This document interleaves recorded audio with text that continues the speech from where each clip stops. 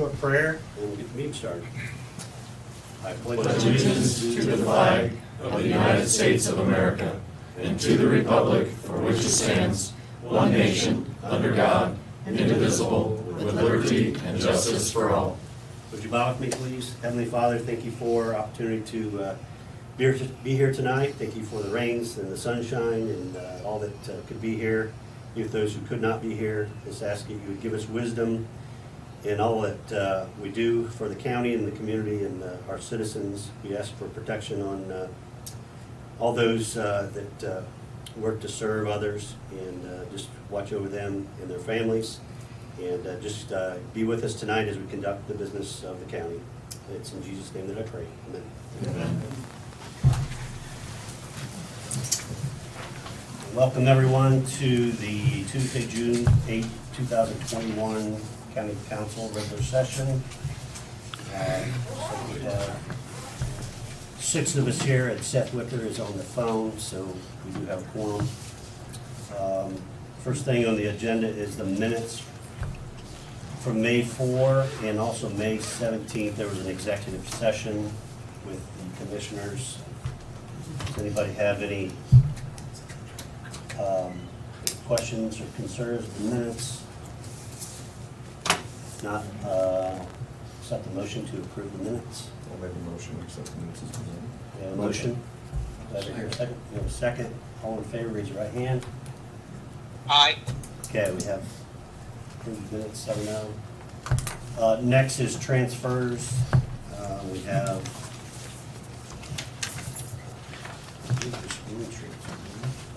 Just one. Two pieces to it. It's a highway.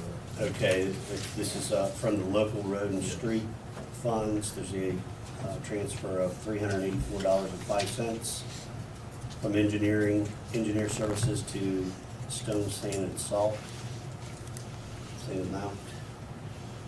Any questions from anyone? If not, your motion. Motion to approve transfers. We have a motion, we have a second. Any other discussion? If not, everyone, raise your right hand if you approve that motion. Aye. Say no. Okay, moving on. We have additionals. Nate, would you like to step up? You want to go through these if you don't mind, Nate, since we have several here. All right, well, I think I've got all of them printed out in front of me.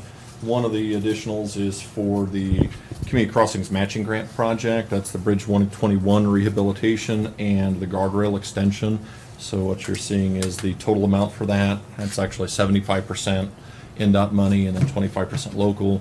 The 25% is coming from the LIT funds, so that'd be what we need to create that fund. So that's why it's a 100% appropriation there. The other pieces are for gas, oil, and lube, and then workman's comp. We're looking to try to get an additionals for those two areas. The workman's comp, I believe that should cover for all of 2021. That was really due to an increase from what was presented to the highway department before. The gas, oil, and lube, that was the fund that we robbed in a transfer to pay for the motor grader. That's where we had taken that money from before. Unfortunately, the amount of money that we had set aside in that account, we had assumed that that was going to be enough for that budget, but what we found out is in 2020, they prepaid for fuel in 2020 from 2019, and so it essentially lied as far as what that budget line item ought to have been. So we're essentially replenishing what we had taken out of that to cover that equipment purchase. So it's not necessarily increased costs of what it's at. No, it's not. We're not. We know there's increases, increases in fuel but prices not right now, but that was baked into that budget line item before. Unfortunately, when we took that money out of it quickly to try to cover that equipment cost, that's what essentially created this hole. So Nate, what item was this for? that was the motor grader purchase that was done about 3 months ago or so. And did we buy just one? We just bought one this year. Was Yeah. that bid out? To my knowledge, publicly, no.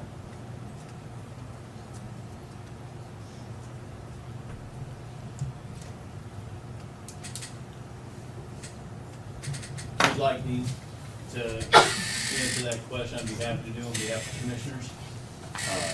Is that a question you want to answer today, Chuck? I would very much entertain Okay. his Yeah, so, response.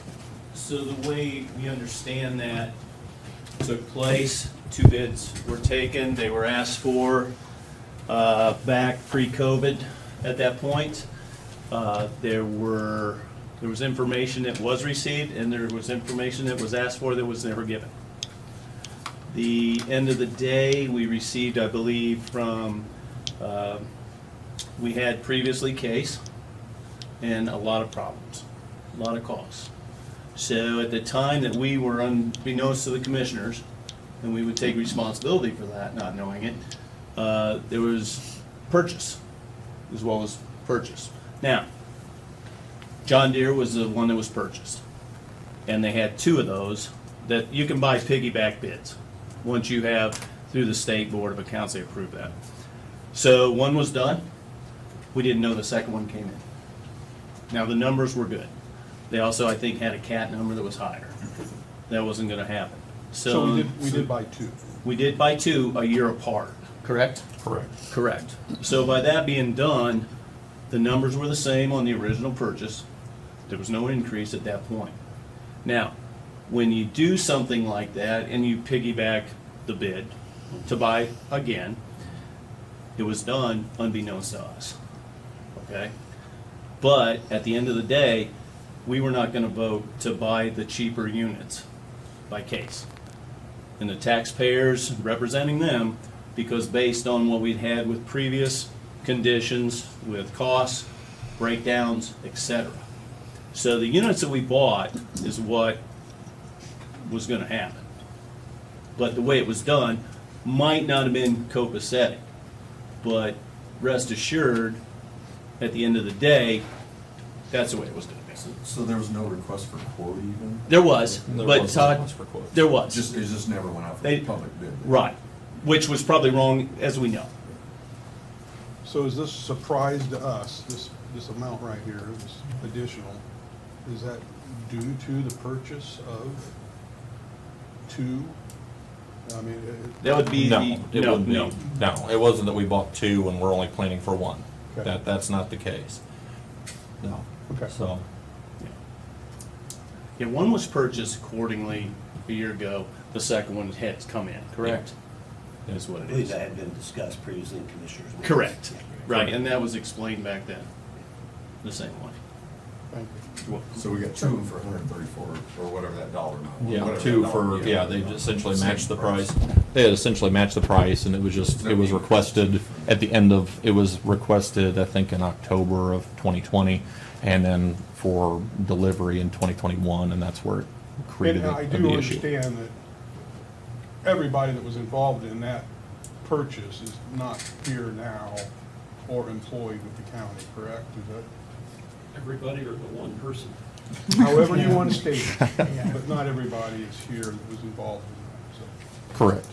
When we interviewed the successor, made sure you're familiar with procedure and following that, and at that point in Are you time, gonna we didn't introduce find him? somebody to give you Yes, I notice. will.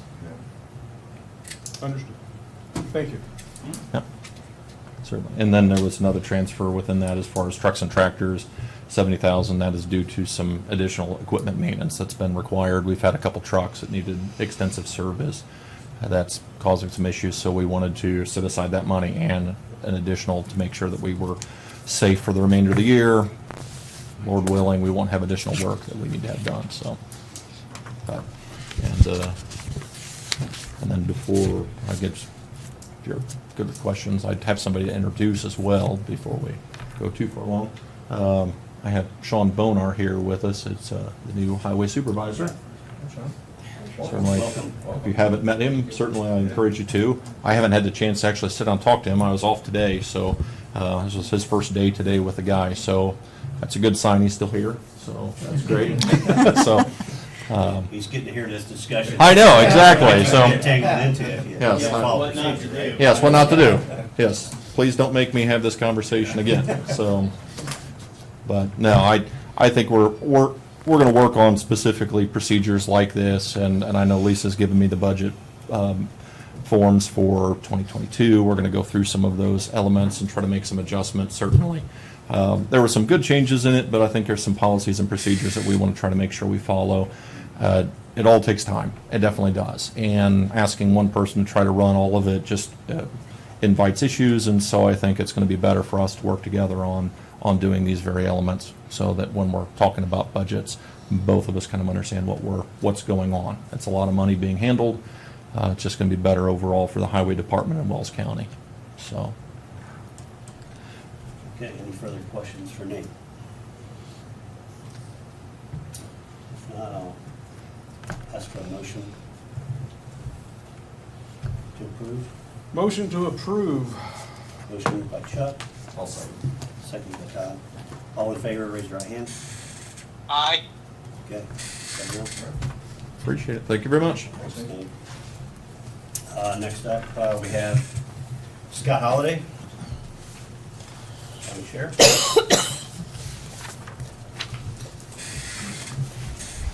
Good evening. As of this morning, we had 70 inmates in jail. 24 of those are pretrial superior, 14 pretrial circuit, 16 F6, and 10 DOC. I also gave you the monthly report of activity for May and the monthly report of generated income. Nothing major out of the ordinary. Things are picking back up. The weather's getting nicer, which is always a spike in activity for our department, for one.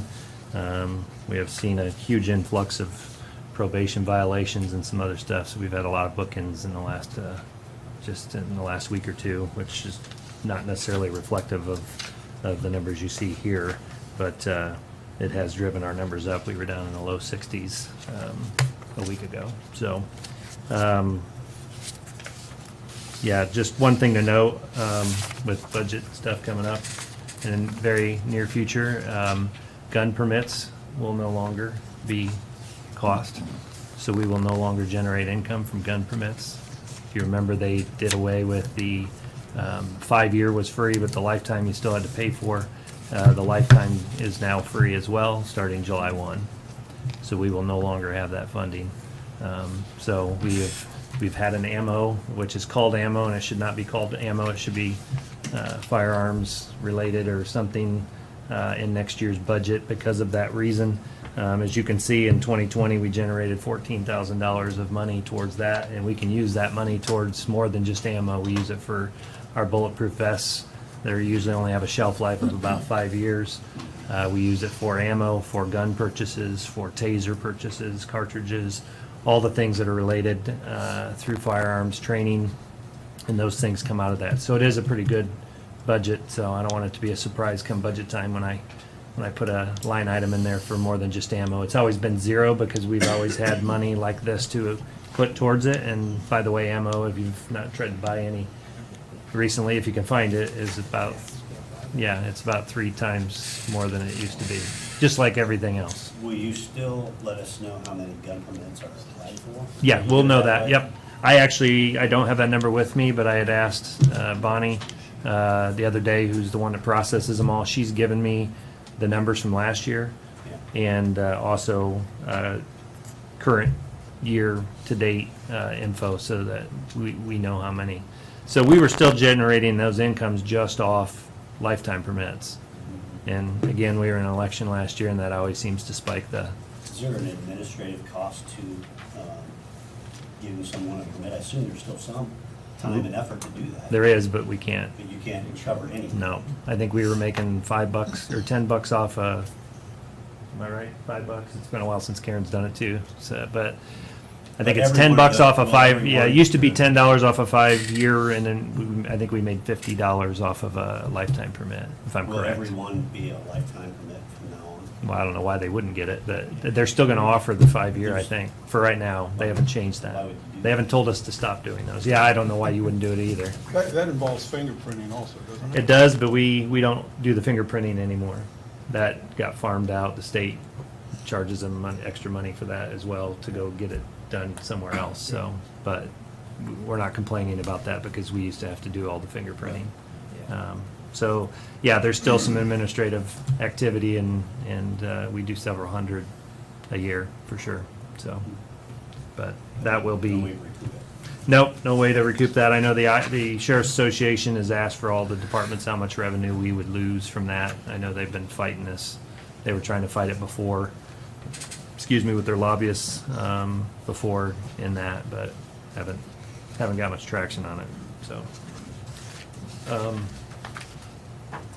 I think that's about all I got to report. I know there's other stuff that's gonna be presented on the jail project tonight, so I'll keep it short and sweet. Okay. Unless anybody's got any questions. Okay, thank you. Thank you. Okay, next, we have the jail renovation proposal. All you guys from Amoresco, I believe, is that who you're talking about? Okay. Good evening. Good evening. Thank you. Just make sure you got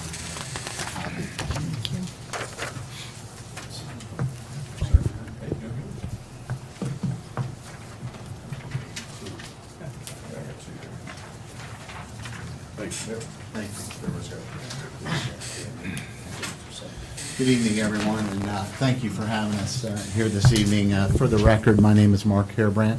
I'm a senior account executive with Amoresco. With me tonight, I have Garen Evans. That's next to me. That's our director of engineering, as well as Brad Driver in the audience, who has been here over the past year developing a project there over there in the jail. We're here tonight after. As you know, we've been here several times over the course of the year, especially over the last 4 months. We've really explored several different options. The council had asked us to look at some of those options, whether it was to expand the beds of the jail, whether I think it was 50 or 100 on there. We've done that since then, since our last time that we've been here. We've had bi-weekly or weekly meetings with the sheriff, Karen, and the staff, really to redefine the scope and continue to go out and get bids and select a contractor that we would work with and drive down the costs as much as we can. This building obviously is 36 years old. There's really been, other than the chiller and the boilers that have been put in, the investment on that, all of this equipment, a lot of the HVAC is all original. It's all 36 years old on there. So it's definitely in need of replacement, a lot of it. We have had additional discussions since we were here the last time to increase part of the scope on there, and then I'll have Garen talk a little bit about that. In addition, we identified some COVID areas that have been some serious concerns, not only the sheriff, but looked at the design to make sure that from a social distancing standpoint that we addressed all of those and made it more conducive and safer for the officers in there. That's all been addressed in this as well on there. In addition, we have identified up to $2.7 million of American Rescue Plan money that could be used on your discretion if you wanted to use that to buy down the project, so forth on there, if you choose to do that. I know that you're talking to how you might pay for this, and I know that's later on in the agenda, that some of those answers could be addressed on how you might go about and do that. I brought Garen Evans to talk a little bit more about the scope. We were asked to put this really and simplify it rather than put a bunch of pages and pictures together on that. I know we kind of went through that before, but just simplify it and just put the scope in one page. It kind of went over to 2 pages, but that's what we were able to do for tonight. So Garen, you want to share any of your thoughts? Good evening. If you all recall, was it late last year, and then I think again earlier this year when we were here last time, we had looked at, with Elevatus Architecture, who was on our team as part of this project, the remodel and expansion in the 3 areas. Most of that focus was in the intake area to allow the sheriff to be able to quarantine and isolate. I think you heard at a couple meetings that was an issue and it was problematic. It took up inmate bed space, and then when Mark and I were here back in the summer, one of the big things that was drawing our attention was that they were having to put folks in not necessarily, we're the secure part of the facility, but not inmate housing, not intended for inmate housing. And that just puts a lot of stress and a lot of extra work when somebody needs to use the restroom in an area that doesn't have a restroom. Somebody's got to go. So we looked at that expansion and that ability to be able to isolate. Part of that also, the two primary reasons we were called here to begin with were the roof replacement and then the control system. Again, as Mark mentioned, that's about 35, 36 years old. It's pneumatics, so it runs on air pressure, which, at the time, that was the state of the art. But now we've advanced beyond that. That will allow us to do better ventilation control. It'll allow to, if we say, hey, we're in a pandemic mode, we need to have more outside air, we can do that with the computer, and then back off when that's not necessary and save energy. So all those things have been factored into this, and that's where there's a substantial amount of the work that can be ARPA funded if you were to choose. Some of the things that expanded from the last time we talked in January, we looked at whether or not we would need a sprinkler for these areas that we're impacting. Back in the 80s when the jail was built, I'm not sure why, but it's a corrections facility. It's not like everybody could just run out the fire exit, but they didn't require a sprinkler. Well, we can't grandfather that now with our expansion. Even though it's not a huge part of the facility, we will be sprinkling the areas that we would work in, the proposed areas. There'll be a new service ran for that, so it will be sized appropriately so that if the decision is made to sprinkle the entire facility down the road, you could do that. That's an adder. We also talked with the sheriff, the ability to reconfigure the way the parking lot's laid out with some of the islands, allow a fire engine to get in and turn around and be able to access the facility, hit hydrants easier, get in and out, and then we're going to move some of the lighting around that will help with their camera and security systems by moving some of the light poles. Again, just little things like that were added. When we got into the scope of work with the mechanicals, we determined that replacing a little more of the equipment than what we had initially intended in the fall was going to be a good idea. There's some fire dampers, things like that, that we're not necessarily replacing everything, but where we need to focus the money on some of that equipment. So, yeah, and then the allowing for that video arraignment in that expansion area. There were some changes made in some of those areas from what we thought the original proposed design would be. But all in all, it's what we said last time. This project would get your jail prepped for the next 30, 35 years. Short of inmate housing expansion, which we looked at those options, and those were pretty expensive. Is there no requirement to sprinkle the rest of the facility at this time, or how does that work? If you're going to put sprinklers in part of it, Yeah. are we going to? I've asked the same question. I'm like, if we're going to spend money and we're going to put it here and here and here, I mean, literally like a triangle in your jail, why aren't, again, it's that cost isn't in this number. Yeah, I just But didn't know the if question we was raised, could why do would we not? To be perfectly fair, it is something we could pursue and look at, if that made sense. It's not a requirement at this time. In fact, it took about a month and a half for us to get a solid answer on whether or not we needed it for the areas we were doing. And some of this, as you guys know, codes depend on who's interpreting codes. Our feeling was that this is not going to, we're not going to pass the sniff test if we don't do it. At least in the areas that we're working in. So that, but your question's valid. Why would, it's, maybe we need it everywhere. So there could be a surprise then. I don't anticipate that we would be required by the state to do it. I mean, That's kinda where I was coming from. that's the road that we've gone down to clarify. I don't anticipate that, but it makes you wonder if, just for safety's sake, would it behoove us to have Because it? those areas we're reclassifying those specific areas of the jail into something different than they were originally designed. Okay. And so the other areas of the jail, we're not specifically redesigning or Right. reclassifying. They're still, laundry's still gonna be laundry, kitchen's still gonna be kitchen. Inmate so housing, on. still inmate So- housing, which is the bulk of the square footage of the facility. That we're not redoing anything in that area, so, in terms of architectural work. Okay, what else did you guys need to bring up to our attention then tonight?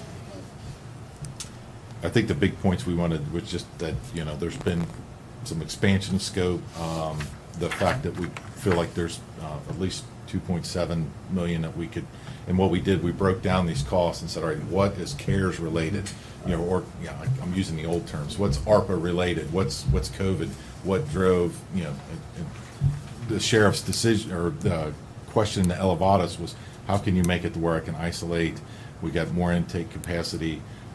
We don't have to use holding cells, if you will, for quarantining. And that was a big driver for a big chunk of this project. The other thing too that's important to mention too is as we have bid this with multiple contractors to get bids, we've asked them to hold that pricing until August the 1st on there. So that's, you know, the environment that we're in right now, it's the inflation is going through the roof. I'm sure you're going to probably also hear when you have somebody on the financial side talk about, well, what happens when you continue to get inflation? Interest rates typically go up too. So, you know, we're here, you know, tonight, and we went to the commissioners yesterday to talk to them to really to get an approval to move forward with it, contingent on legal review and financing of the project. And so that's really kind of where we're at right now with this, really trying to make sure that we secure the pricing. And these contractors, they don't want to hold anything out, and it was really, We it was a originally asked for struggle. 6 months, and you'd have thought we were asking them to, you know, secure it with a pot of gold. So it was, Yeah. Just curious, I know the way the environment is, or what it's like out there right now, but as far as getting supplies, Yeah. are you starting to find that issue with projects that are just getting started, that you get into the project and you're delayed because of, it, you know? You are, I mean, you're seeing Some of these things too. are typically on the shelf everywhere now. You'd be We're not finding them surprised. on the shelf. Right. Yeah. Is that, I mean, it's some of the simpler commodities that are taking Copper. longer. and it messes the whole thing right. up when you're trying to. But we've had customized light, we're changing the light fixtures for Paul Brown Stadium where the Cincinnati Bengals play. They actually showed up a week and a half early, you know, and so it's really, you know, but again, that's a pretty custom thing. It was ordered, you know, 8-9 weeks ago, but what I see is commodities, like you said, that you're used to just being able to run down and pick up or grab from the supply house or get in a day or two, that might be. We're not seeing it in terms of weeks. It just, you know, might take a week and a half instead of getting it in 3 or 4 days. That's what we're seeing right now. Again, right now. Copper's another one. Right now, you're starting to see. We checked with our roofing contractors, you know, about fasteners. That's a big deal with them, is how many fasteners they need, or how many rolls of EPDM that they've already pre-ordered to make sure that they've got stock, right? So they're seeing those kind of things, and so we're, you know, trying to work with them as they're anticipating jobs such as yours bidding out now, saying, when do you think that this may happen, so that if I can order now, and then that timeline of when it would come, especially the build-out that we're talking about, that they would be able to have that material enough. So it's just working with them and being able to give them forecasts. I have a question. On your paper that you handed out, it says a possibility of excluding the roof from the project. I guess I thought that was one of the big problems. It is. We just, we put that in there as we really tried to prioritize everything with, you know, the sheriffs to really to try to look at possibilities, because sometimes when you come and you ask for funding, you know, that was one of, the sheriff actually put that as, hey, I gotta have the other things right now. Can you patch this thing? And I'll come and I'll deal with it later. And that is why we put it in there that way too. I don't know if it It's a really provides you substantial- some flexibility, but it's a substantial part of the project. And, you know, because there's a lot of redesign that's having to be done with that roof. Why you've had a lot of leaks on it as well. And so as we really started to dig into it, yeah, I mean, as we started to dig into it and really look at what was happening with that roof and get different ideas from different contractors too about what was happening, you know, it's $600,000-$700,000. In this case, You know? we worked with Elevatus. We put a spec together took it out to bid for multiple roofers, and it's a 90 mil EPDM. We're talking about running it off the parapet walls in each of the different roof sections to get up to flashing, because we feel like that's where some of this leaking's happening. It's not, you see a hole or a leak. If you've ever dealt with it, you know, the water may be coming in the building here, the roof leak may be over there, and what we're trying to do is basically say, look, this is a 30-year plus roof, it's not going to be a problem. Now, again, it's a substantial amount, it's 10% of the project cost. And the thought was, if we wanted to take that out, just fix immediate repairs, essentially kind of kick the can down the road a few years, then you may be able to wait and replace the whole roof at a later date. But the reality is, it won't cost less at that time, it'll probably be even more. So, Exactly. you know, this right now, the project is pretty comprehensive. It's short of an inmate expansion. This has got everything that we feel is what needs to be done in the facility now. If it was to go forward as it is right now, to do an expansion, I know we talked about if you go to X amount, but like if it's stated to 50, that's just gonna be an additional add-on, right, at this point in time?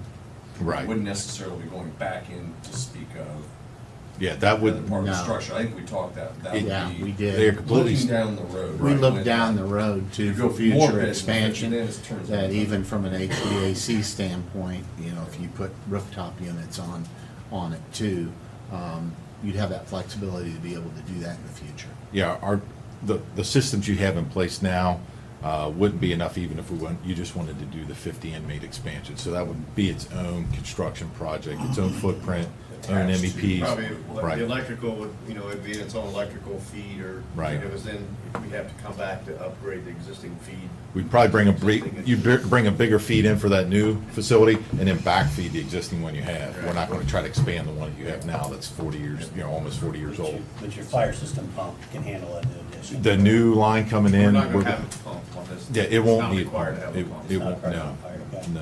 But the line coming in would be sufficient for the jail you have now. We should probably check and make sure if they did want to do There's a six- expansion. it's a 6-inch It's a line. 6-inch line. We should be able Would to, that cover 100, that addition if we need?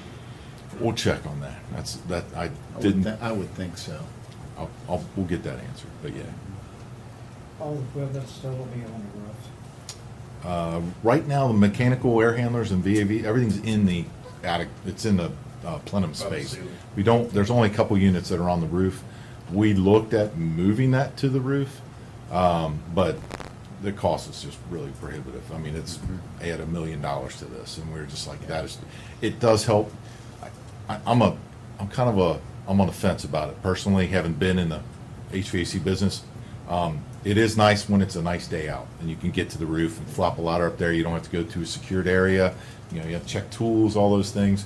But usually those things break when it's 10 below or 95, and it's a little trickier to service. But right now, all the equipment that's inside will remain inside. There's one unit right on The rooftop. yeah, the rooftop, that'll stay on the roof. We will replace it like for Plus for like. that other rooftop for the video. Right. Arraignment. So you haven't looked at putting those on the ground outside and then? No, No. and that would It's be, not a practical way to handle that.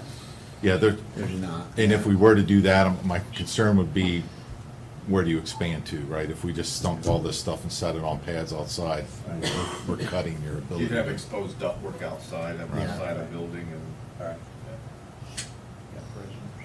Yeah, Yeah. good questions though. Well, we have two commissioners here. Do you guys want to comment on the roof, where you'd like to see this? My assumption is you'd like to have the whole thing done. If, after looking at all this, Steve, and pursuing it, I suggested that we include it all. I mean, we can back out that $700,000 of it, but at the end of the day, 2-3 years down the road, we gotta come back and we're gonna add to it. When we can possibly get money cheaper today to put the whole project into play, is kind of what I was thinking. But I agree 100%. Yeah, I assume that would be the case. And the 2.7, you're wanting to use that? That's what we talked yesterday, approved to put that towards it. You know, we know in the back with what the group, Steve, you've had with the regional sewer district, put monies towards that. we're in favor of helping that. We talked in terms of initially of $1 million looking at this. I think depending on where it shakes out and when the advisory group comes to us with some more information on different projects, so we can look at a little further. But initially, we have those two projects, I guess. I believe we have some time on the. We do. RSD And I stuff. guess we just wanted to try and maximize everything we could at this point. We just don't want the project to get pushed away. Yeah. We want it to be included however it needs to be funded. There's avenues that are gonna be out there, Right. whether it's your next speaker here in the back coming up to give us options and give you guys options. That's way easier. Exactly. Yeah. So, And that, it shouldn't be overlooked, that's all I can say. Right. yeah. No. I'd agree, and I think with that, and I think it's imperative, based on information that we gather tonight, to move this forward in support of having everything looked at and approved, only to try and secure these contracts. Right. And we have until August to make a final decision, or I think you wanna make that decision tonight, which decision? That we're moving forward? to move it forward. Yeah. Because we have to get this in place to get these moved forward as far as approvals go, Okay. and allow the contractors to know what's coming. Okay. Because they're only gonna hold it till August 1, August, yeah. right? August one. On the July meeting. I think their bid said August 5th, that we gave them till August 5th. But obviously- They weren't gonna bid it if we were gonna make them hold this for 6 months. It would be a lot easier to let them know too, that, hey, this thing is moving forward, but they're just going through financing right Right. now to try to determine that. So if we needed them to, whether it's a week or 2 weeks or whatever it is, depending on what, you find out how long or how you're going to do this. We'd have some flexibility to be able to work with them. If we were approved pending financing Yeah. and legal review of the contract, and then we can go back to them and say, look, this is real, hang tight with us while we get this work Well, done. we aren't the ones that approve the project, we're just trying to find financing that you guys have approved. Is that how I? Correct. Yeah, we've So approved. You've approved it, We've approved so it. we don't have to approve it to move forward. We're trying to get the dialed in to fund it. We would need your blessing to say, yes, the funding is being, Okay. we approve it based on Yeah, funding. correct. And the other key item possibly would be financing of a highway garage. Does it need to be together, does it need to be separate? Correct. And And Oscar is aware of that, we have two projects pending, so. And you know, the ARP funds, those have to be appropriated by council. Correct. So, So we can determine if that's good an to know appropriate you're on number or not. board and, yeah. So in theory with that, they are a little, the highway garage, and this is separate, from that perspective, from the funding side of the deal with it. One quick question, just to reconfirm, so you would be in this situation, the construction management group for this project, right? we would be the You'd handle it from design start builder, to finish. everything. You design. Elevatus is on our team. One person Yeah. to Okay, just come wanted to to for reconfirm everything. One that thread there's to no check. other consulting Right groups here. coming in to take over, to fill in here as we. You have a single contract, One turnkey group, with Yeah. a. one group, Yeah. yeah, that's one. Well, I believe council's on board of moving forward with this. I don't know that anybody is opposed to that. We don't like the increased amount of money that we have to fund this, because that comes right back to county taxpayers, but we're gonna work through that. So, does anybody have any more questions for these gentlemen? If not, we probably should have taken 10 first, and then sit through all this. So we'll do that next, and then we'll Right. bring Oscar up, so if you guys will stick around Sure. and listen to the rest of it, that'd be great. That'd be great. Thank you very much. Okay, thanks. Tim? it's an interesting conversation, so I'm kind of enjoying that, really, so. I'm Tim Ramsey, President of Bi-County Services, and I'm here to do our annual funding request and financial reports, Ladies, the same thing as that. Okay. Thank you. I have mine.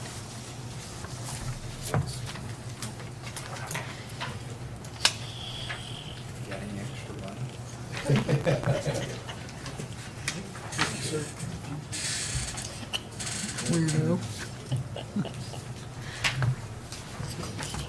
Something different for us this year is the fact that we're actually asking for an increase. I see that. So, yeah. Time long. So it's been 15 years plus or whatever, we're guessing, and that, so asking for 5% increase, which is $1,968, and we would go from our usual $39,312 to $41,280.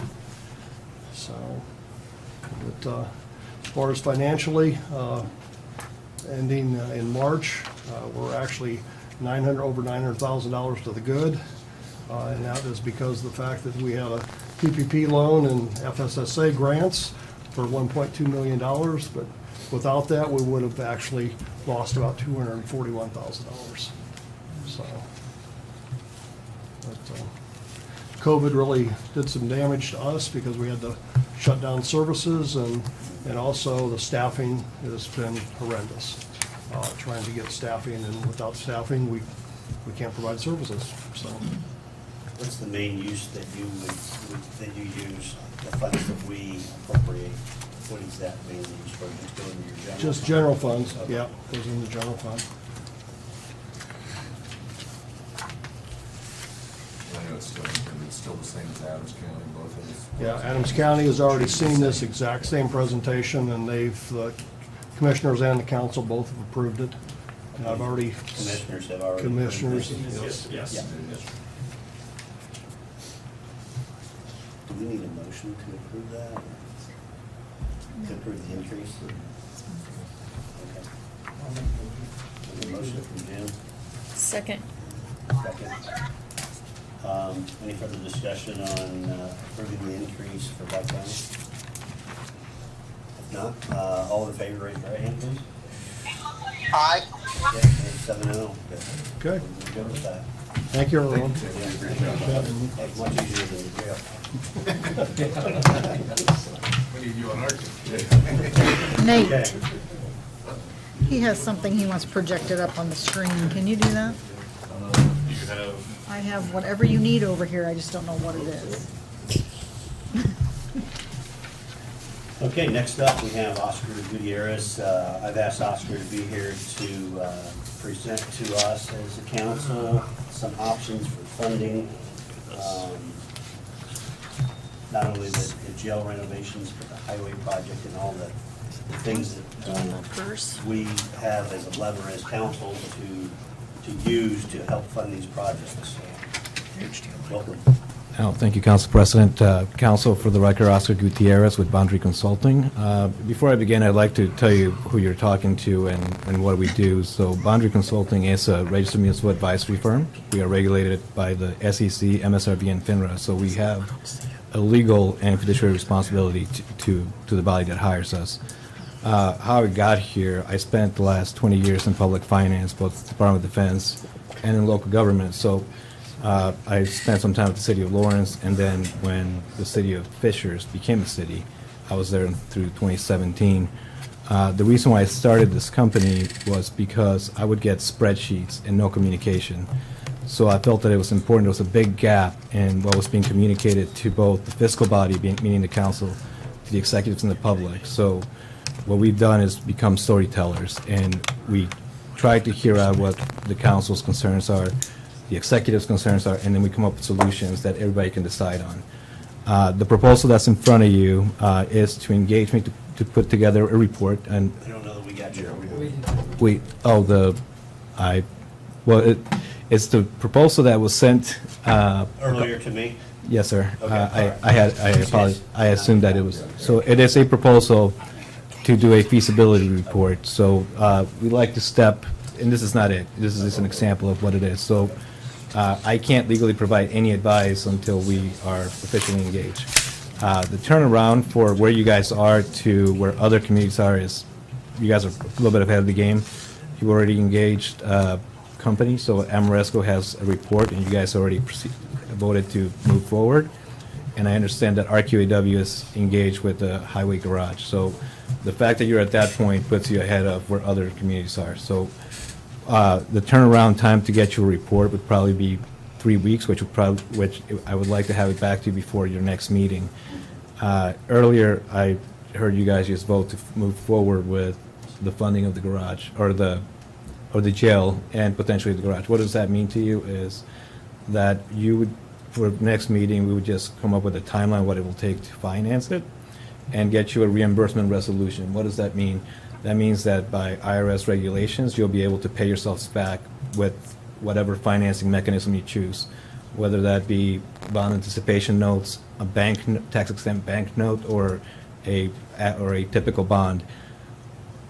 I don't presume to tell you what the option will be, but we will present you with multiple options. And I wanted to show you a couple examples. So, not the examples I'm showing you are for different communities, but they had different tasks. So, for example, for Knox County, if you could scroll up just a little bit, they wanted to build a jail under the parameters of the local income tax that they had passed. So they wanted multiple options in what it would cost to fund their jail. So what we will provide for you is multiple options and the things that you're trying to accomplish. And what I have on my list is to pay for the jail improvements, which has a value roughly of $7.7 million, what I have down, and I'll confer with the group after this, and then options to take that down, potential American Recovery Act money, property taxes, local income taxes, and what that means to your stakeholders, meaning your residents. If you were to pass an income tax to pay for this, what does that translate to a house of $100,000, $150,000? The decisions that you'll be asked,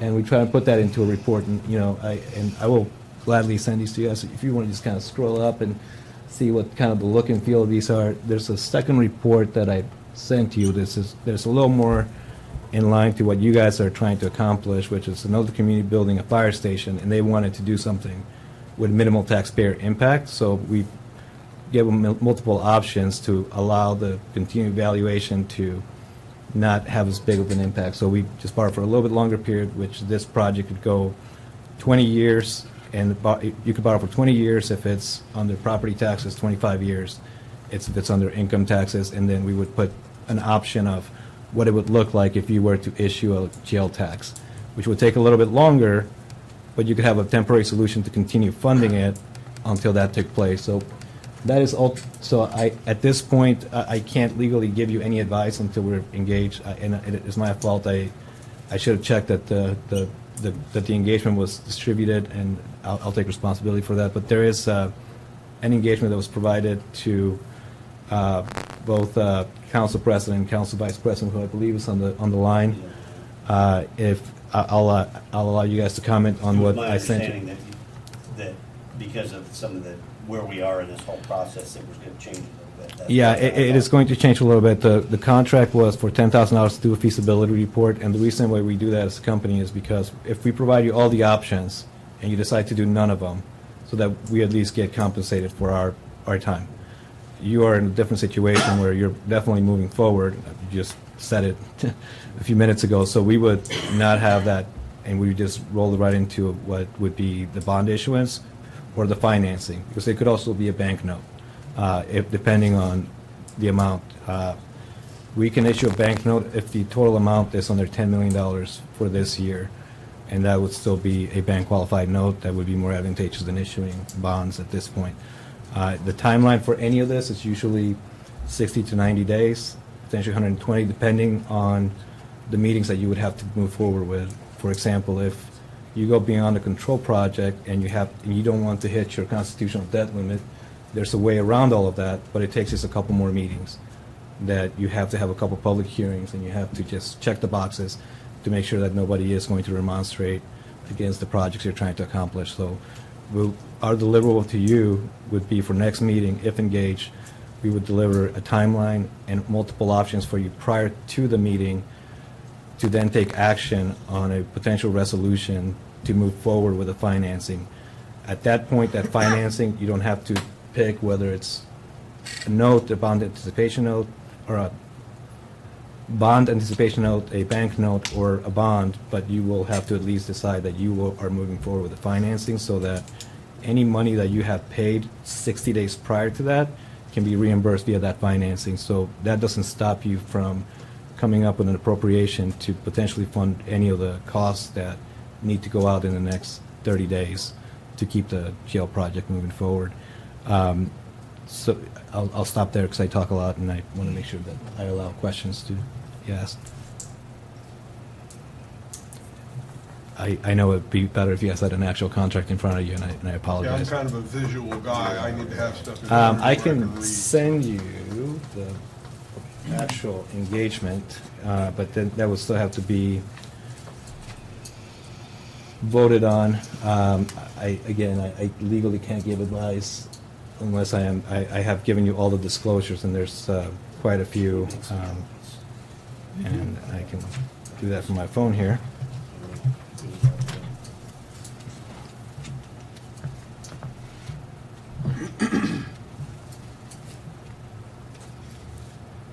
And I apologize, I thought this was gonna be changed a little bit, so that's why I did not forward it to. I just have to have the disclosures signed. The scope of the work doesn't really have to be the same, so you can just amend those at any time for any reason. It's just all of the securities disclosures have to be.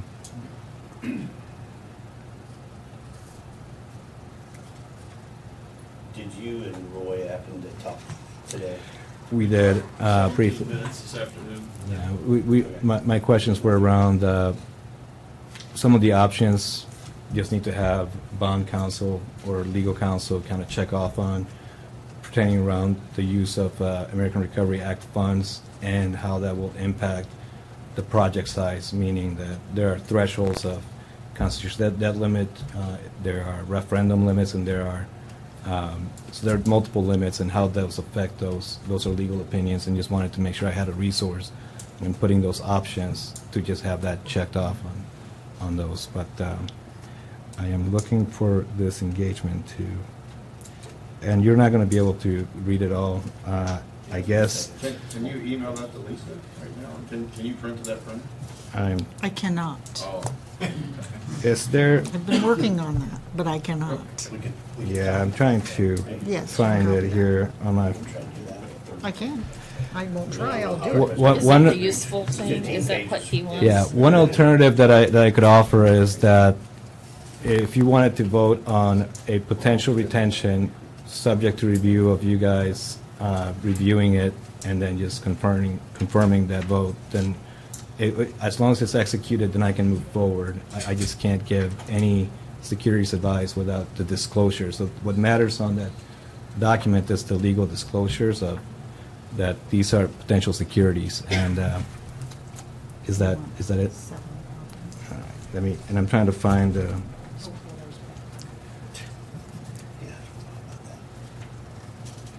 So my suggestion would be ask Oscar what questions you would have that you want answered. I can still get to the report back by next meeting. The cost for a bond issuance is typically $30,000 for something like this, so that's what I would hold on my contract for an issuance per bond series. Now, if you're doing multiple and they have to be two separate times, then it would have to be separate. But if we can bundle everything into one, there could be some cost efficiencies both from a legal perspective and from what you pay the advisor. And you're talking for both projects. If they can be funded under the same, If they could- then it would just be the one fee. But if we have to separate it, then we have to do I don't know that we two have official any statements. final numbers for the highway projects yet. And then if you combine the two, does that put you in that total dollar amount? We're doing the same document, just different amounts, so just the analysis is minimal. Put you into different restrictions on? No, I just have to have there's, and I'm really, really on the spot here trying to find a copy of it. Would it help if I give you my copy? Well, if you could pass around, it's just Yeah, legal, she's making copies. yeah, so it literally is a bunch of SEC disclosures stating my role and that we're issuing securities and that I have fiduciary responsibility, and it's now this, what I will end up doing is sending an amendment for the scope of work, which would be to move forward with the report that will lead to a bond issuance or a bond anticipation note or a tax-exempt bank note. It could be any of the three, depending on what option you guys go with. And they all have different scenarios. A bank note may not be able to go out for 20 years, may have a lower term, that the bank will give you a 5 or 10 year term on that note, then we have to refinance it. where a bond, you can go 20 years and with an option at 10. But those are the options that you will all be given. How did we locate Mr. Gutierrez? How did we locate Mr. Gutierrez? How did we? Yeah, through it, he was this professional that I know, that I'm supposed to, I used to associate with, in the Indianapolis area. He gave me Oscar's name to untalk with. Who has worked with Oscar, was very satisfied and very happy with that. He wasn't a government official, but a businessman.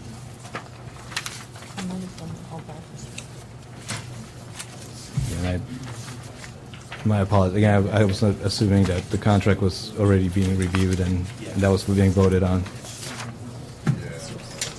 Oh, I guess she asked me.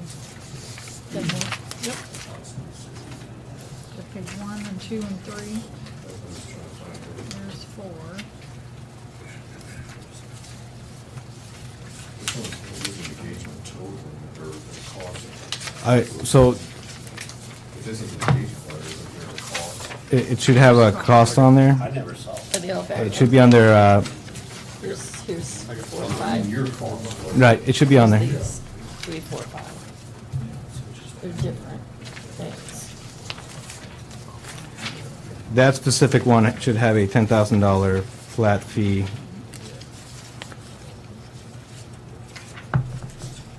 For a report.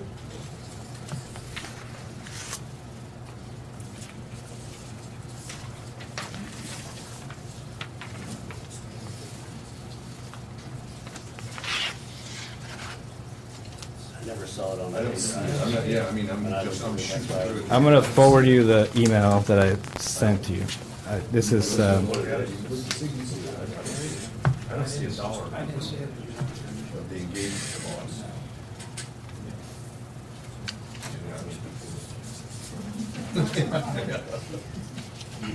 I didn't see it. That, again, I was scanning fast there.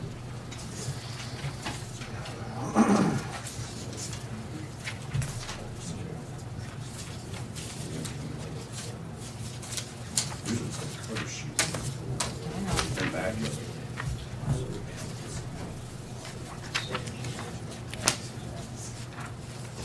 I'm sorry. it is, Do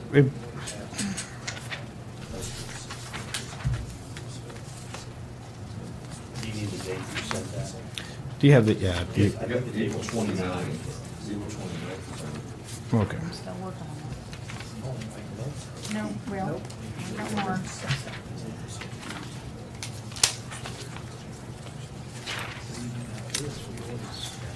So essentially, you would provide us with I'm not sure. what you had up on the screen, everything from the executive summary going through. That would be the first step, and that was what the original engagement was for, which was to get you a report to then be able to work backwards on how much you could afford, which is not what you are doing at this point. Right. I don't see it. No, I don't see it. Yeah, I don't see it. Yeah, I don't see it. All right, I'm looking for it right now, April 29. It's right here. I found it. So, Ms. McCormick, I have the original email that was sent to the council president, the council vice president, and if you could project that, it will have the attachment with the amount. I should I- have that here. My fault. No, it's okay. No, it's okay.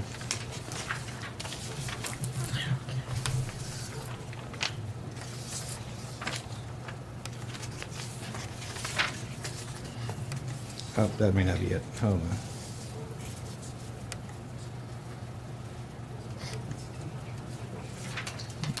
Nope, that's not the one.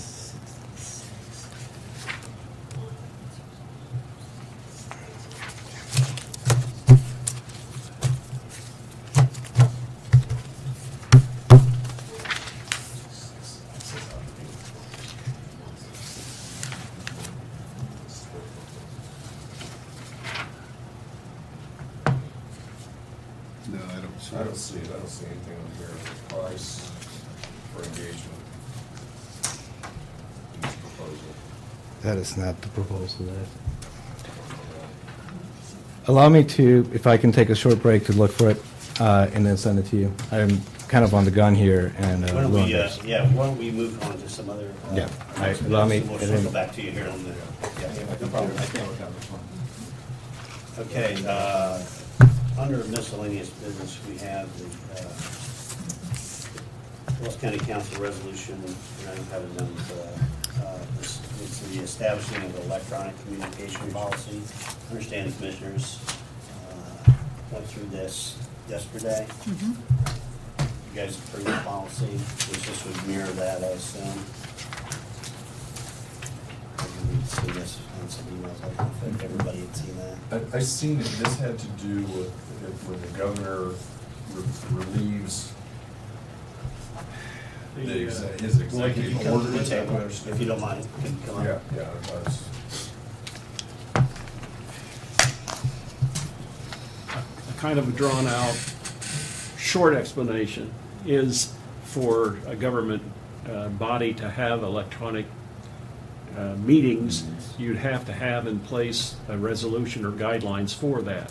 When COVID came, the governor's emergency order suspended that requirement that you adopt a written policy. So you've been able to have your meetings electronically and remotely without having to have that formal policy. The last legislative session changed the law, and they've adopted standards for electronic communications.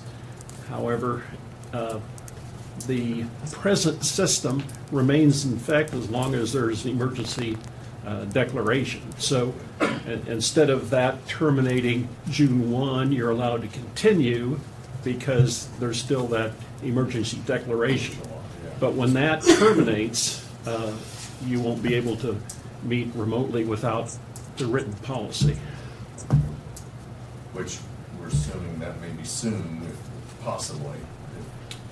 Yeah, that's. Well, I mean, like, possibly, yeah. if When you that adopted- happens, we can't, like, for example, over a telephone or video, we wouldn't be able to do that without the policy, is that what? Well, you're saying? the policy in the If new, we put it into jeopardy. the policy in the new statute does require that you, if you're meeting remotely, you be seen. So. So the policy states that you'd have to be seen on the screen if you're Yep. going to call it. Right.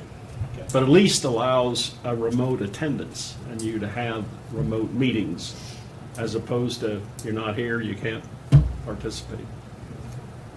Hey, Steve, can you hear me okay? Yes. So that would basically mean that I wouldn't be able to call in. I'd actually have to be able to do Zoom so you could see me, correct? Correct. Okay, that's the way I interpret it as well. Thank you. But the commissioner's policy was basically what I drafted from county council, just changed council to commissioner. I know emails up. They've adopted it. So it is a mirror image and the same as what you were previously presented. So we're required to have this if someone wants to It's not call doing it. anything. If you The want law did remote, change. yeah, if you want There it to is. have remote Otherwise, attendance. it's considered absent. There it is. Right. Right. Well, in the past, we always were able to do what Seth doing tonight, and that was fine. But now you're saying we can't do that without a policy. When the governor's emergency Ends. ends, you won't be able to without adopting a policy, and any policy has to follow this new statute that requires you be seen and heard and the public be able to see. And I think other things like you've got to have could be the prison where you have to have a remote. So anyways, the things that I'm drafting now, I'm trying to put, the councilman or commissioner with a yay or nay, so Lisa could follow that like a roll call. Right. Okay. Hey, Roy, is this something that if we happen to pass, that at some point down the road, if it gets abused, we could revoke it and undo it? Well, I think any policy you'll be able to amend if that's what Right. you mean. Yeah. Yeah, that's where I was going. Okay, thank you. I assumed that. But the law states that you can't do just a call. Is that what you're saying? The new law. You when have it- to- when- you would yeah. have to be on the Yep, screen. you'd have to be seen and Attend the heard. meeting. Yep. I believe that they could attend the meeting, but they could Couldn't not vote. vote. without Yeah. being sued. He could call in, Yeah. but he couldn't vote. Yeah. Well, they can watch just like anybody else. I mean, you're remotely doing that, but as far as being officially present and voting on it. All right, any other questions for, on this? If not, I'll entertain a motion to pass the Wells County Resolution number 2021-11, which is what we just talked about for electronic means of communication for our meetings. Motion to approve the resolution. Second. We have a motion and second. Any further discussion? Hearing none. Approve, raise your right hand. Aye. Okay. Yeah, approve the resolution. Thank you.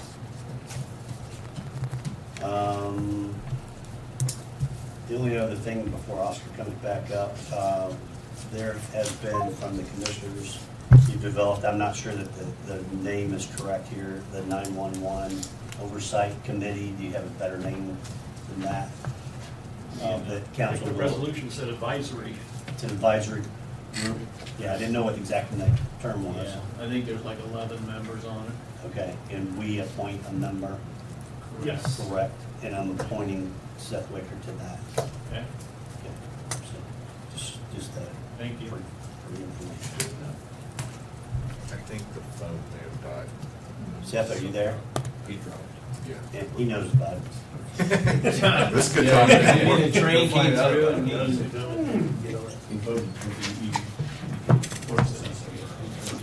Okay, Oscar.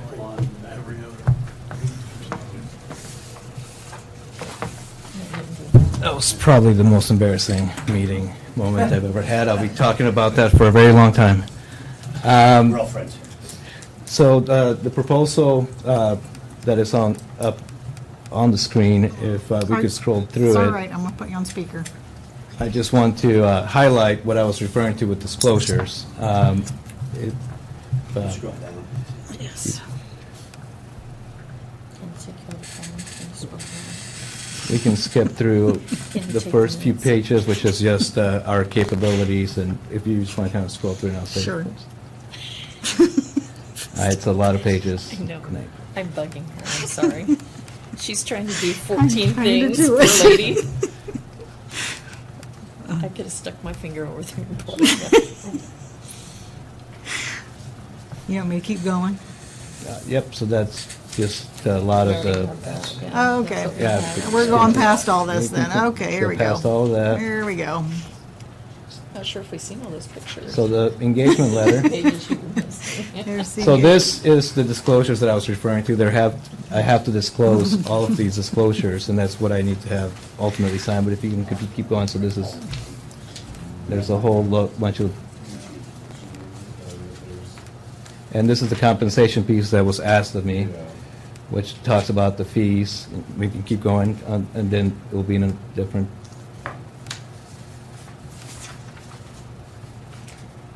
You can keep going. You can keep going. Okay, the scope of services is, if you can come back up a little bit. So this was the original scope of services, which was around just the garage and potentially the jail.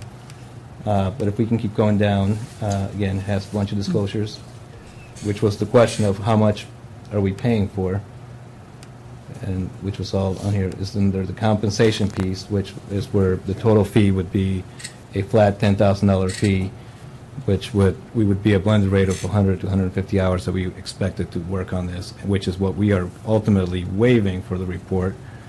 And then I went on to state that a typical bond issuance can be anywhere between $15,000 to $50,000, depending on the complexity. What I would voice during the meeting is based on the information from yesterday's commissioner meeting and this meeting today, is that you are moving towards the financing. So I would feel comfortable doing a not to exceed $30,000 per bond or financing cost to amend this specific page to that. But as it stands, this would be for a $10,000 report, which again, if you guys decide not to move forward with anything, I would like for that to stand, but if you do, which it sounds like you are, then I would do the entire project from start to finish to funding at a $30,000 cost, which is substantially less than my competitors, and I believe I actually provided some samples of those engagements as well. So explain a little bit, Dino, what exactly that 30,000 gives us. So it's the end-to-end municipal advisory work. So we would work on an official statement, the appendix, so we have the credit rating. So this, you can't just sell it, make a call and sell it, just an entire process. So we would do the entire, the most important thing that we would be doing is called an Appendix A, which is the entire statistics of the county, to take that to a rating agency for investors to see what they're buying.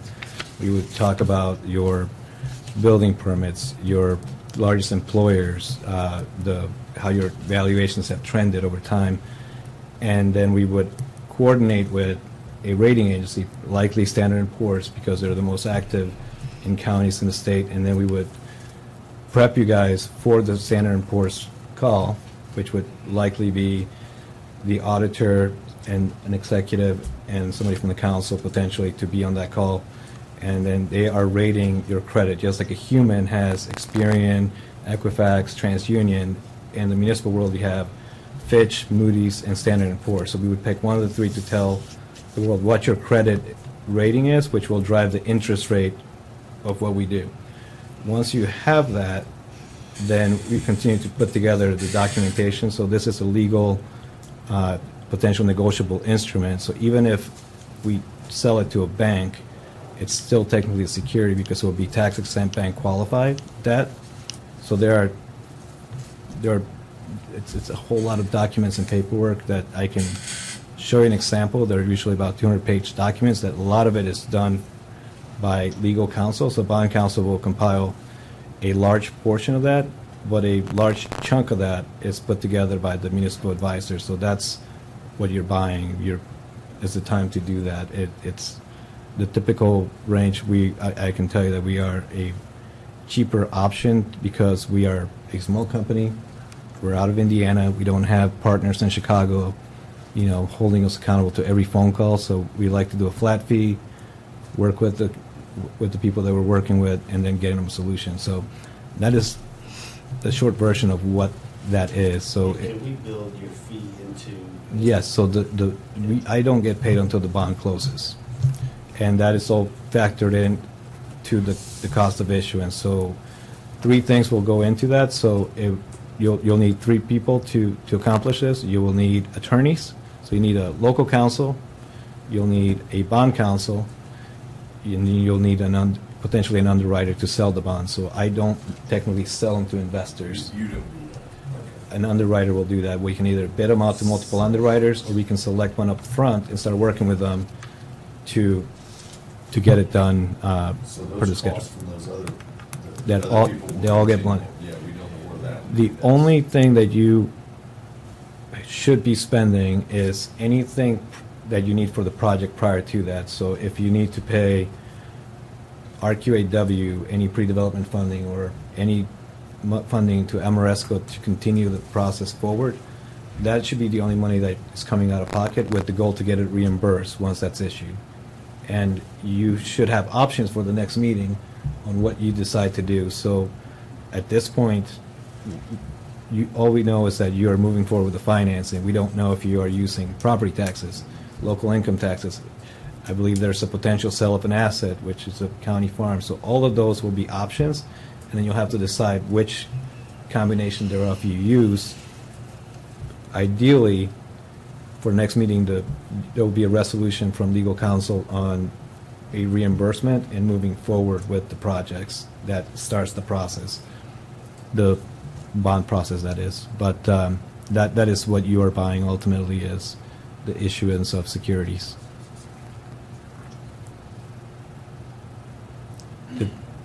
Any other questions? And again, that was very embarrassing, but that was the No, thank you. engagement that I had hoped you had all reviewed What prior. happened is I didn't print off everything that you had said. It's okay. So I'm sure that. With all due respect to Oscar, have we gotten a quote from Baker Tilly or anyone else. You have seen quotes from Baker Tilly on some bond issuances. I have, And but what were they? possibly more. Yeah. So- So, what's your question? We did see stuff from Baker Tilly. For this project and the two combined, possibly. Not all that. I think it was for the jail, was what they put out some examples for. Examples, but I don't think, we never got an engagement letter. And I don't remember that either. That's the reason I'm Yeah, that's asking. part I don't remember. I don't remember. They were all just, Yeah, I think. I have copies of all of them if you want to see one of Baker Tilly. I'm comfortable with you guys getting a quote if you want to go that route. Could I ask you a question, Oscar? Yes, sir. As part of the advice, particularly with respect to ARP, I mean, I know there's 4 areas that ARP funds can be used. And the commissioners and council have responsibilities to make good decisions regarding those funds that are probably once in a lifetime. Would your analysis include, like, maybe, well, okay, let's say that the jail is 5.7 million and you can use 2.7 from ARP, but how much further would it stretch a bond if you bonded the whole 5.7 and still had that 2.7 available for expansion of utilities to housing? I mean, the county had a housing study where we're seriously short in quality housing to attract employees for local companies. So let me answer it a different way. We can analyze all sources of revenue. I can't tell you how to spend the funding, but I can say that this funding is available. This funding has this impact. So local income taxes, if it's used for operations, it has to come off the budget. Income taxes, if raised and your valuation continues to stay flat or decrease, will likely cause a tax increase, and what the impact is. American Recovery Act funds, if used up to this amount, then it eliminates any other use. I mean, I couldn't speak to that use, but it will be a mix and match on how these are all the funding sources, and it's up to this body and the commissioners on how they use it. But to answer your question, I try to listen to everything that you're telling me, and then try to answer the question and work with all stakeholders, so legal counsel, commissioners, to if I hear something that you want to consider, we'll include it. I just can't advise on how to spend it. Did I answer that for you?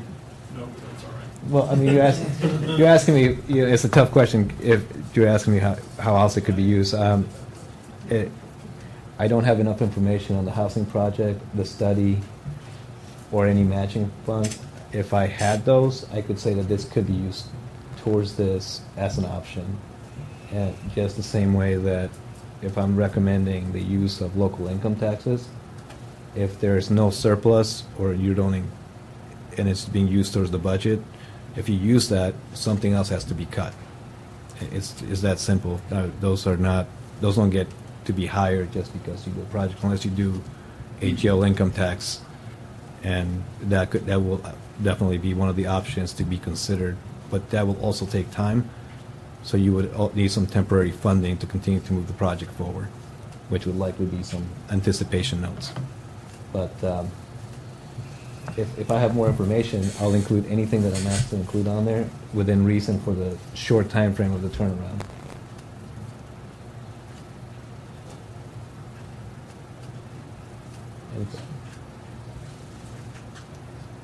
You have a comment? Just a quick question. The highway garage is in this engagement letter, correct? The scope of our project as Yes, far as the financing? Yes, I still need to have RQAW Sure. give me a price to work backwards from. Yeah, we've got some meetings this week, in fact, so we're working with them on getting some numbers. I know it's been behind the jail project, but I definitely would express, in our interest, it's gonna save the county money if we can get the projects under one bond issuance, even if you do a ban and try to close this in, try to find a way to get our project in under that same window. And again, under the resolutions that can be presented, and again, I'm getting into legal counsel here, which is not the intent, but as an option, you can set parameters on not to exceed amounts. What do I mean by that? You can say that the council approves moving forward with $8 million of funding, potential funding, at an interest rate, and you can pick something incredibly high, like 5%, something that's unrealistic, but just to be safe. And it doesn't mean that you're going to borrow at 5%. It doesn't mean you're going to borrow $8 million. It simply states that as you keep moving forward with the process, you don't have to come back and reapprove it. It can be $2 million at 2%. And I'm just making up numbers, but you can set a high parameter of the max approval to continue the process forward. So to answer your question, if we just have a number, You need a placeholder for those bond ordinances. then everything can keep moving forward, because the last thing you want to do, and I'm not a construction expert, but what I heard Amoresco say is that they're holding costs right now, and I don't, if the goal is to move forward quickly, then there would be. What we'll need is those dates, and if we've got confirmation from that, we'll make sure RQAW has the numbers that you need to meet the schedule, so. The parameters that will, again, these are also legal questions that I'll have to have bond counsel sign off on. It will be the project size, because you have multiple thresholds. You have a constitutional debt limit that you can't go over. And if it's above that, then you have to do a lease, so meaning that you have to have a building corporation to lease the asset back from yourself, so it's not that nice little workaround that every community in Indiana uses, so it's nothing unusual. But that gives you that capacity to go over that. Your next threshold would be what would be a control project, which I have to look at your assessed value. I don't even want to toss out a number, but once that number is there, that just means that you don't have to go through a 30-day remonstrance period for a hearing. If you are not concerned about remonstrance periods, then you just go through the steps. You hold a public hearing. You had to wait 30 days for signatures to make sure nobody's against the project, and then you can issue bonds. So it's just a timeline of what it takes, and these are ultimately legal parameters, not financing parameters, but the timeline that we'll deliver will show two potential options. But again, these are all, a lot of that will be driven by your legal parameters that you have to work on. They're not necessarily what you can borrow. Steve, may I make a comment? Yes, please. Oscar, you and I maybe met somewhere along the way, but what I would like to share here tonight is, one, all my resources that know Oscar and his company comes very highly recommended. Number two, you'll get things done fast to keep this moving. I know that's true, right? I know you do. I know that. I work for Mayor Fadness, and Yes. And I know that. he wanted to get things done quickly. Right, and I know that, and I appreciate that, and I appreciate you being here, to work with that. So those things in mind, moving this forward, I would feel comfortable, I'm sure we were, to keep it moving based on whatever you choose. If you choose Oscar's company to move this forward, I think once everything gets ironed out, through all this evening, that it will benefit Wells County. I feel very strongly about that, based on, again, the individuals that have given him great recommendations. Right. So with that going forward, moving everything else in place, once again, we would ask as you approve the jail to get that part moving, because I know financially that it's going to be in the best interest for the taxpayers when it comes back to us. I feel very strongly about that. Blake, you probably agree with me. So thank you for coming up. Appreciate you I bringing it. appreciate the comment, Commissioner. What timeline are you thinking? Well, We kind of know the one project, but the other project, we don't. Yeah. We have a meeting. Other than the price of land, We have a meeting that's. Thursday, Zoom meeting with RQAW, with hours. The highway grant, and hopefully we'll have it paid under, probably within 2 to 3 weeks. And ideally, we just need a, Do you want a cap set up? Yeah, for it- your it- bond? You should be able to give him that in the next Yeah, day, that should few not be a days. problem. but by no means, again, and by no means, any of those approvals will say that you have to spend that, or, Right. and it doesn't even mean you have to do a financing. I mean, until that very last, until that closing date, you can hit a board. Yeah. I mean, you only have incurred some legal costs, I'm sure, along the way, but it doesn't stop you from stopping the process at any point. So tonight, we're here to decide whether we want to retain Oscar and his firm to help us with this project. And if there's anybody here that thinks that we can handle this bonding process by ourselves, speak up, because I don't think that we have done this before. I don't think we have that ability or expertise on the council. Does anybody think differently? Steve, for my 2 cents, I think that along the lines of what you just said, that I would be in support of Oscar navigating these waters, and I do think that it will help out a lot in the end. Thank you. Did we have comment? Also, one thing I would add is we as commissioners, well, myself, I know we've talked about this in the past, but I would prefer Ice Miller to come in as bond counsel on this. To move, that's the way I would like to see that go. We'll listen to. Yeah, I don't have any objection to any bond counsel. I mean, every law firm will gladly do it, so it's really the That's preference. also another reference that I can come up Yeah. with for you too. And that is somebody that you probably would, if you really kind of it's of the essence, then by next meeting, potentially engaging as well to continue to move the process forward, especially if you're trying to get something done and reimbursed within the next 120 days. But by next meeting, I should have some options for you, and if you plan on borrowing more than $10 million this year, then that will eliminate the bank option, a bank qualified option, because that's the IRS threshold. I think between the two projects. we'd like And you to can get split it up, so you can do 2 of them. So you can do a phase 1 and a phase 2, but if you need to fund everything this year, then that's your limit. For a bank option. Yeah. You can do a bond for whatever you want to do. Which obviously a bank option, typically you don't have bond counsel, so you limit You that still, portion of those no, you still, expenses to that portion. you would still need bond counsel to provide a lot of the tax exempt opinions, so. For the bank. Yeah, you still have a private placement memorandum, so it's not, So it's not a. it's never, How would you? nothing against lawyers, but there's never no way to get around them. How would you typically choose bond counsel? Whomever you trust, I mean, they're all going to be about the same cost, and it's really who you trust to be responsive and Most of that's all based upon percentages typically, right? Not their necessarily. hourly feed. And usually something like this, I couldn't speak for an attorney, but they'll give you an estimate of what it would be. And we build those expenses back into the bond. Is that how that Everything will be, typically works? it's called the cost of issuance, and my report will have that built into it, and then we'll have multiple, Of the expenses. all the expenses. Out of pocket. Right.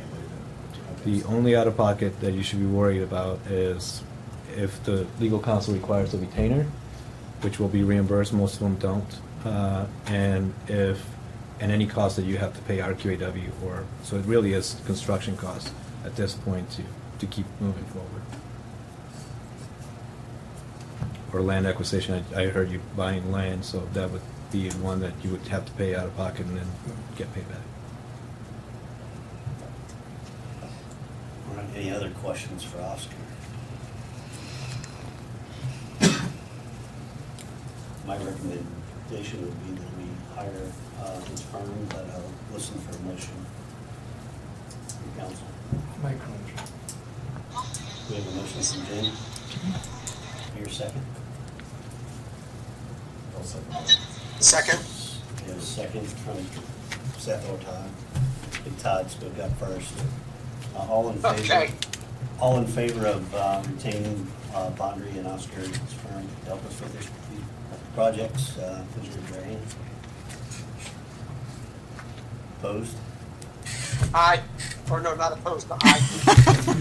Okay. All right, thank you. Thank you. Again, my apologies for that. No. Thank you. Hey, just a side note on that, can you forward that information to us, that engagement letter with the proposal? I will. Please.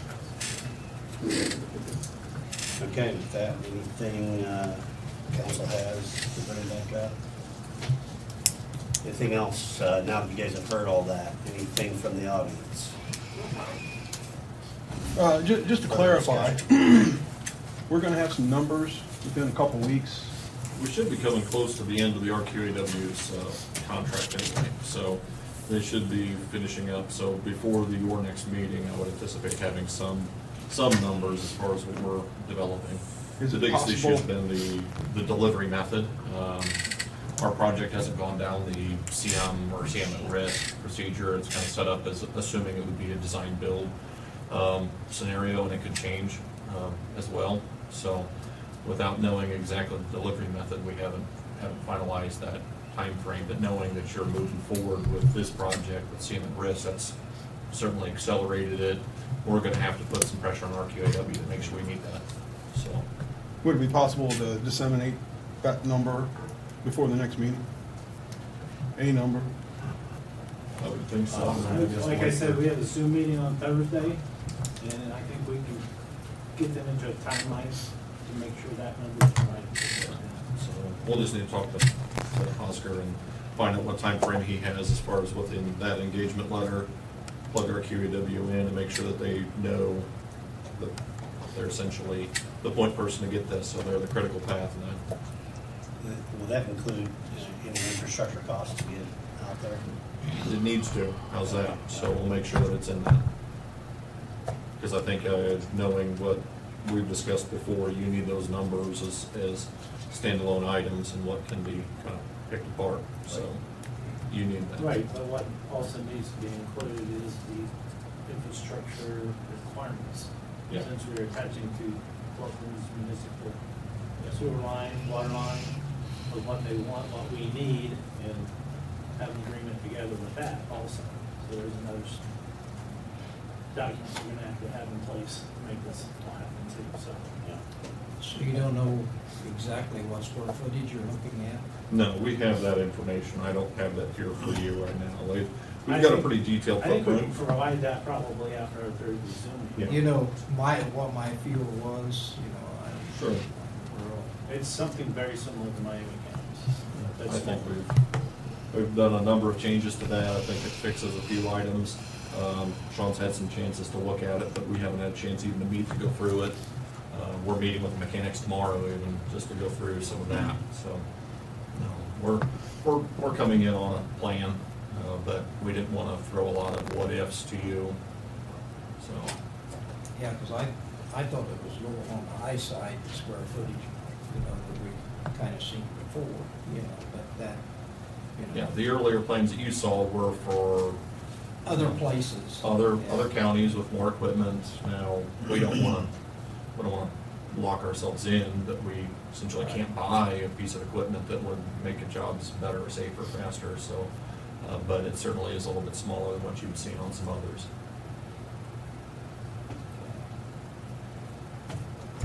Okay. With that, I'll entertain those to adjourn. Oh, so, Nope. can I get your vote that we can move our jail project forward pending financial? Yes, do we need to have a motion for that? That we're moving it forward? More than blessing, Yeah. If you would, I'd appreciate I'm on it. board. Be great. I mean, it's pending, we gotta get. It's all pending Yeah, it's all financing. pending. Yeah, it was Specifics Oscar of that. getting it all put together, but Right. at least we can hold these. And legal. And legal, correct. But that way, it gets them some more talking points to get things moving, that way pending Oscars. So I would think, scope plus plus the cost, right? Right. Right, the dollar amount. Right, But that would be what, with pending finance and legal review of. right.